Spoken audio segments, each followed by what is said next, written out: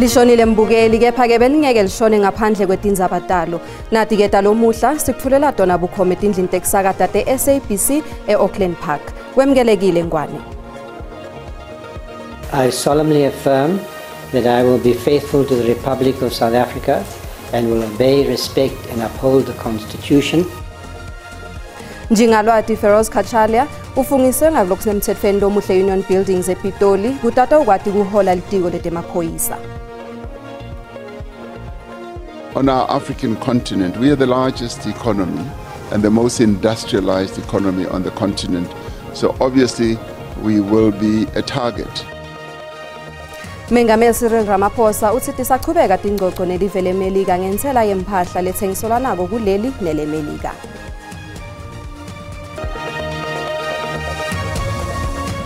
Letithanza kungena ke kuboshwe zamazama labangetulu kwelikhulu eShiba Mine eBarberton eMpumalanga. Kuva kabanti ke semukela intatheli yeSABC Tumelo Machoho. Machoho, ingabe kwentekani lapho la ukhona khona? Yebo baboshe abasola baba more than 1000 amazamazama khona la eShiba Mine eBarberton. Amaphoyisa a part of the Vala Umgodi operation. They were here since this morning bafuna ku arrest these men. Let's now sikhulumisana la okhulumela amaphoyisa la eMpumalanga uBrigadier Donald Mdluli. Brigadier challenge ukuthi litholeni and le arrestile abantu babangaki this morning. Le operation iqale kusukela bo Monday, so lapho inkampani yemine ngekusebenzisana nemaphoyisa ethu siyathi ukuthi sine operation Vala Umgodi bese ke bathola ukuthi ke ngobe le mine yasebenda kodwa ke kutholakala ukuthi kukhona abantu abagubha umgodi ngalokungekho emsethweni ingakho babese ke bayahlela le operation lokuholele ukuthi ke bavalele labanye ngoba siyathi ukuthi bantu uma bagubha umgodi ngalokungekho emthethweni kuba nelokuthi babanika kudla babanika lokunye ngoba bale phasa bakhona ukuphuma so kwende ukuthi ke bangasakhona ukuchubeka ngoba amaphoyisa ethu bewakhona la nalama security le mine lokugcina sekuholela ukuthi ke namhla kungilesihlanu bese baphuma baningi kakhulu labantu siyacabanga ukuthi mhlambe nayo le number noma inombolo leya 1000 iyandlula so sisachubeka nale operation dikhona into letholakele sisebenzisana nalaba balingani bethu labasuka ku Department of Home Affairs ngobe sithole ukuthi mhlambe bonke laba khona la sibabophile akusibani bala eMzansi baqhamuka emaveni angaphandle kodwa ke batawuchargewa ngekubaba baphulele eminye imithetho lehambisana nokuthi uba khona la eveni lethu unganawo emaphepha so liyachubeka lo mkhankaso uyachubeka sibonga kakhulu umholi wethu la wemaphoyisa Major General Dr. Zeph Mkhwanasi ubese ke uyabonga lokubambisana kwethu nema security ngobe kakhulu kati kuyakhalwa ukuthi eBarberton ebugebengu banzile kakhulu labanye nje nanamhla bebasasitshela lokho ukuthi asibabophi bantu bokuchamuka kanti siyababopha nayo imsebenzi yokukhomba ukuthi ke njengamaphoyisa siyasebenza nesitawuchubeka senda umsebenzi wethu basovela nini ecourt siyathemba ukuthi ke njengoba umuntu uma sekaboshiwe kumele kungakapheli 48 hours bavele ecourt siyathemba ukuthi ke kuleli landzelako batavela ecourt siyabonga kakhulu lo ukhulumela amaphoyisa uBrigadier Donald Mdluli othi ba-arrestile more than 1000 abantu bamazamazama khona lapha eShiba Mine eBarberton bathi basochubeka ngesikhathi la sokuthi bachubeke ba-arreste more people especially khona la eBarberton because this area is known for illegal mining. Sibonge kakhulu ke Tumelo loyo beka ke nguTumelo Machoho intatheli yeSABC aseShiba Mine eBarberton lapho kuboshwe khona ke tinzatiba bozamazama labasolwa ngekwemba umcebo waphasi ngalokungemthetho asichubeke nato ke tinzaba njengalwati Feroz Khachalia ufungiswe ngakulemthetho Union Buildings lomuhle ePitoli kulandzelwa kubeka kumengameli Cyril Ramaphosa ngikusho kwemthetho loku section 91 subsection 3C wemthetho sisekelo. Kashala ubamba lesikhundla kulandzela ukuthi imengameli atfule incinzetelo ngemva kwetinsolo letibeke indvuna senzo mchunu. Mengameli usungulele likhomishana lelitawuphenya letinsolo ledvute ngkhomishana wemaphoyisa KwaZulu-Natal Jene Nenhlanhla Mkhwanazi. Asole emaphoyisa langubomkantshubovu kanye nendvuna mchunu ngekuba nenkohlakalo nokuba ingcenye yemacembu emshosha phansi. I solemnly affirm that I will be faithful to the Republic of South Africa and will obey, respect and uphold the Constitution and all other law of the Republic, and I undertake to hold my office as Minister with honor and dignity. Mengameli Ramaphosa utsena noma ngabe kubukeka ngatayileki ukuthi kube netindvuna letimbili temaphoyisa kepha kubalekile ukuthi kube nendvuna letawuhola lombutfo nakusachubeka leliphenyo laleli khomishana. I know there is a technicality about seeming to have two ministers in the same portfolio, and that is a matter that I do believe is going to be resolved within a short space of time.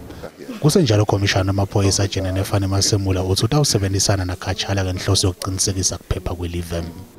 I commit to work with him. I support him. I will support him, and the men and women in blue, we will support him. We commit to work with him to make South Africa safe. Umthetho sisekela uvumi ukuthi umuntu longasilo ilunga leParliament abe indvuna. Ingoke Katshala ufungise njengelunga leParliament ekuqala angakathathi isikhundla sokuba libambela lendvuna yelitiko letemaphoyisa. Likomiti lesikhashana eParliament lelitawuphenya ngenkhohlakalo nekungenelela emsebentini wemaphoyisa litawuqala ukusebenza evikini lelitako. Lelikomiti litawuphenya ngetiphimiselo letendiwa ngkhomishana wemaphoyisa KwaZulu-Natal Lieutenant Jene Nenhlanhla Mkhwanazi. Lapha veta khona ukuthi kunebugebengu lobuchubekayo eGauteng lobufaka emalunga eParliament bashushisi kanye netebulungiswa. iParliament imemetele emalunga ayo latawusebenza kuleli komiti. iParlamente ifuna ukuphanda izithyolo zorhwaphilizo kumaziko engalo yomthetho.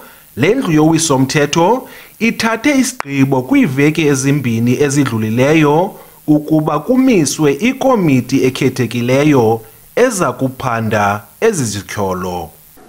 Consist of 11 members as follows: 4 members from the African National Congress, 2 members from the Democratic Alliance, 2 members from the MK Party, 1 member from the Economic Freedom Fighters, and other parties 2 representatives to be recommended.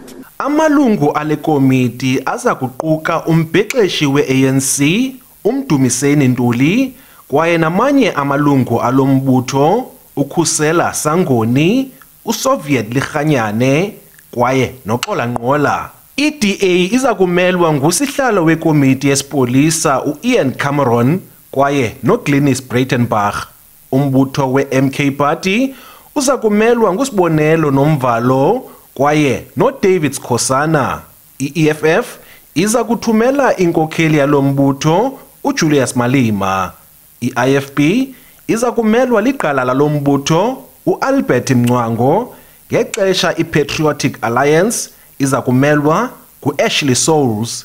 Le komiti iza kuqala umsebenzi wayo kule veki izayo. Kwiindaba zeSABC Dingubulelani Philip eParlamente. Sikubutile ke mbukeli ukuthi ukubona kungumcondvo lomuhle yini kusungulwa kwemakhomishana lamabili latawuphenya ludzaba lunye kuletinsolo taJene Nenhlanhla Mkhwanazi. Umbono wakho uyalandzela. Mina ngibona kuwumqondo omuhle kakhulu ukuthi isungula amakhomishana amabili ngoba kuzokwazi ukuthi kuphenyisise uma ngabe le khomishana enye iyenzelelile le enye izophenya ngendlela iyona yona. Mina ngibona kuwumbono ongasombono right ukuthi kusungule 2 amakhomishana. Why kusho bayamsola lo mkhwana uzikhuluma amaqiniso li right commission liwa manje wona mabili kodwa nje iqiniso lithi sifuna ubaba uMkhwanazi ubonakala iqiniso ukuthi lento ayikhulumele iliqiniso na ngoba phela manje sekujeni kufuneka amaqiniso phela manje wonke lama minister kube kuhamba ngami ngabe nje wonke ayasesho nje ukutholakala ukuthi bonakala kuphi kahle kahle. Angiboni ngempela kumqondo omuhle ukuthi kusungule amakhomishana amabili ngoba nayo leyo dayanelo egcineni le commission asungulile kukhulunywa ukuthi abantu abasuka sebathola ukuthi banamacala bengaboshwe so nje uma ukusungula nama commission namwathi kubosha imali lethu bakhokha intela. Hayi mina ndithi make sithule sikhangele sibone ukuthi ezikhomishini zizawusebenza njani. Ngoba ke ngokusenyanisweni hayi nami ndifuna ukubhideka ngoku. Lona ngumbono wembukeli iSABC etethweswa ukuphendulela ngawo. Sigungu lesisetulu se-ANC sitawukhulumisa ludzaba lokwenyuka kwentsela yempahla lesuka kuleli iyemelika. Mabhalane jikelele we-ANC ifikile Mbalula uthi lo mhlangano lotawuthatha emalanga lamane utawubukisisa simo semnotho kanye nemthelela wekunyuka kwalentsela. Ngelisonto lo mhlangano utawugcila kakhulu esimeni sabohulumende basemakhaya njengoba kutalukhetho kanye nemhlangano we-G20. Isimo somnotho wezwe udaba oluzoba phezulu emhlanganweni wesigungu esiphezulu se-ANC. Lo mhlangano kubhekeke ukuthi uphinde uxoxe nangodaba lokwenyuka kwentela ezokhokhwa iNingizimu Afrika uma ithumela imikhiqizo yempahla eMelika njengoba sizoba ngamaphesenti angama-30.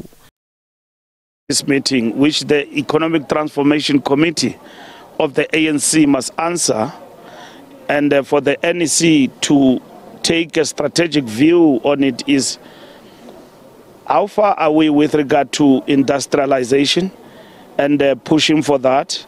Odabeni lwengqungquthela ye-G20 ezosingathwa idolobha iGoli ngasekupheleni konyaka, i-ANC ithi lo mhlangano we-G20 uzosingathwa ngaphandle kwezinkinga nakuba zikhona izinselela zokuhlinzeka izidingo nqangi zomphakathi.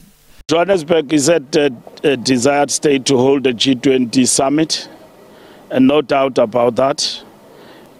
We have to keep addressing the challenges we faced in local government and Johannesburg as part and parcel of the overall work of improving lives of people and developing this city.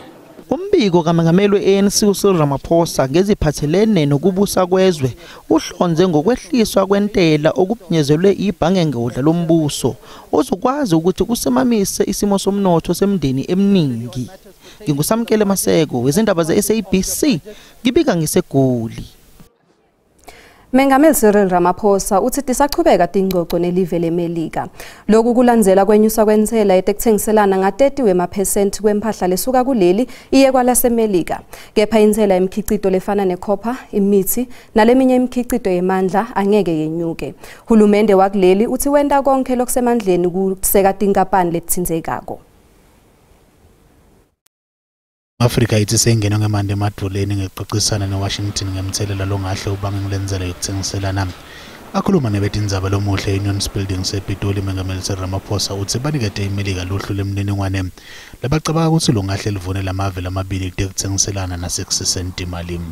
We put on the table a package which would deal with our trade relations with the United States that contained what we were offering and what we wanted them to offer us.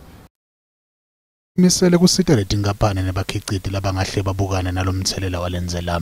Many other countries, as you correctly say, are affected by these tariffs, and others much worse than us. Brazil, for instance, 50%. And on our African continent, we are the largest economy and the most industrialized economy on the continent. So obviously, we will be a target.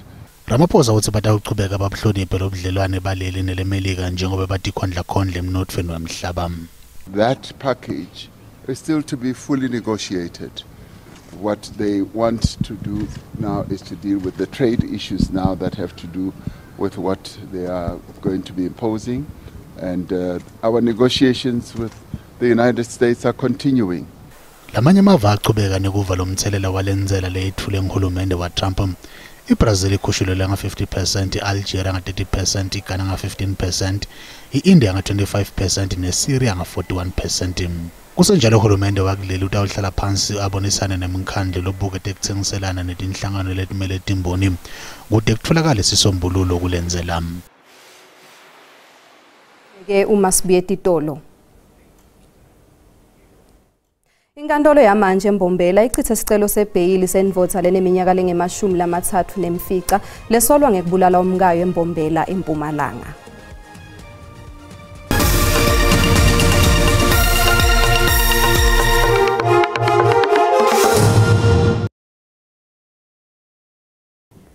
Wemgelekile mbukele esigabeni sesibili uma ucetha ukungena ukhethe kahle disekhona hlala nathi. Inkantolo yamanje eMbombela ichitha isicelo sebail senvotha leneminyaka lenge-30 nemfica lesolwa ngekubulala umkayo eMbombela eMpumalanga. Sifiso Sibanyoni waboshelwa kudubula bulale umkakhe enyangeni lefile Dr. Nondumiso Nkosi ngaphandle kwendzawo yekudilolonga eMbombela. Lesicelo sichithelwe ukuthi kude izathu letiphathekako sekumniketa ibail. Sewuhlale isikhathi lesingangenyanga esitokisini Sifiso Sibanyoni kanzi nebheyili akayitholi. Ubukene nemacala ekubulala nelekubopha lifinvo lekubulala. Ngikusho kwenkantolo adikho izathu letiphathekako letingenta ukuthi Sibanyoni athole ibheyili. The release of applicant will undermine or jeopardize the proper or the public confidence in the criminal justice system. The court is of the view that there was no exceptional circumstances shown before this court, and based on that, the court refused the applicant bail. Sibanyoni akakhombisi ukuthi sola kanzi umndeni weSisulu ujabulile. We are so happy that so far the justice was prevailed, and we also actually thank for the South African police what actually they did until they bring the suspect in court. And now going forward, we want to see the progress when now the trial starts. Bangani kanye nalabo bekasebenza nabo Dr. Nkosi basemukele isinqumo senkantolo. We have agreed that any person in the society who made us anybody, especially women and children, were totally against that. Sibanyoni uhlose kusiphikisa lesinqumo. Lelicala lihlehliselwe kumhla 5 kulenyanga letakwetfasa njengobe luphenyo lisaqhubeka. Licala lemsolwa loneminyaka lenge-55 losolwa ngekubulala lobeka ngimabhalane jikelele weliphiko lwalabasha lo-ANC Sindiso Magaqa lihlehliselwe kumhla 14 kulenyanga lesetulu kude kutofakwa sicelo sebail enkantolo yamanje eMzimkhulu. Zweli phansi Sikhosana lobeka ngumphathi wamasipala eMzimkhulu ubukene nemacala ekubulala kuhlela kubulala kanye nekuphatha sibhamu ngalokungemthetho. Sikhosana uboshwe eThekwini ekucaleni kwaleliviki. Sikhosana uvele enkantolo lebekade igcwele iphuphuma. Waqala waboshwa ngo-2018 ngalokubulawa kwamagaqa lobekade alikhansela kumasipala eMzimkhulu lapho khona kuthiwa bekade achuba embili umkhankaso wekulwisana nenkohlakalo.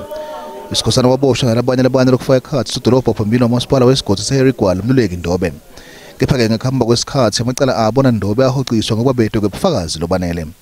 Ngasekuqaleni kwaleliviki Sikhosana uboshwe lithimba lamaphoyisa lelibukene nekubulala lokuhambisana nepolitiki. Ilokuthi emva kubekwa licala nekugwetshwa kwaSibusiso Ngcengwa kule nyanga lephelile ngekubulala amagaqa. Ngcengwa walivuma lelicala wase ufaka ekhathi Sikhosana nalabanye kulokubulawa kwamagaqa. Licala lalabanye basondela ababili lechubeka enkantolo ephakeme yaseMgungundlovu. I would say at this stage the NPA is ready to proceed. On the 14th of August, we will be ready to proceed with the matter. Ngaphandle enkantolo bekade kubuthene amalungu emphakathi nalabo abamele amaqembu epolitiki bendala bitole ukuthi akutholakale bulungiswa. Siyajabula ukuthi sokula sokukhona nje manje kodwa akukenzeki esikufunayo. Esikufunayo sifuna kuboshwe wonke umuntu owayethinteka la kuleli cala. Sikhosana ugcinwe esitokisini kudzimate kufakwe isicelo sakhe sebail.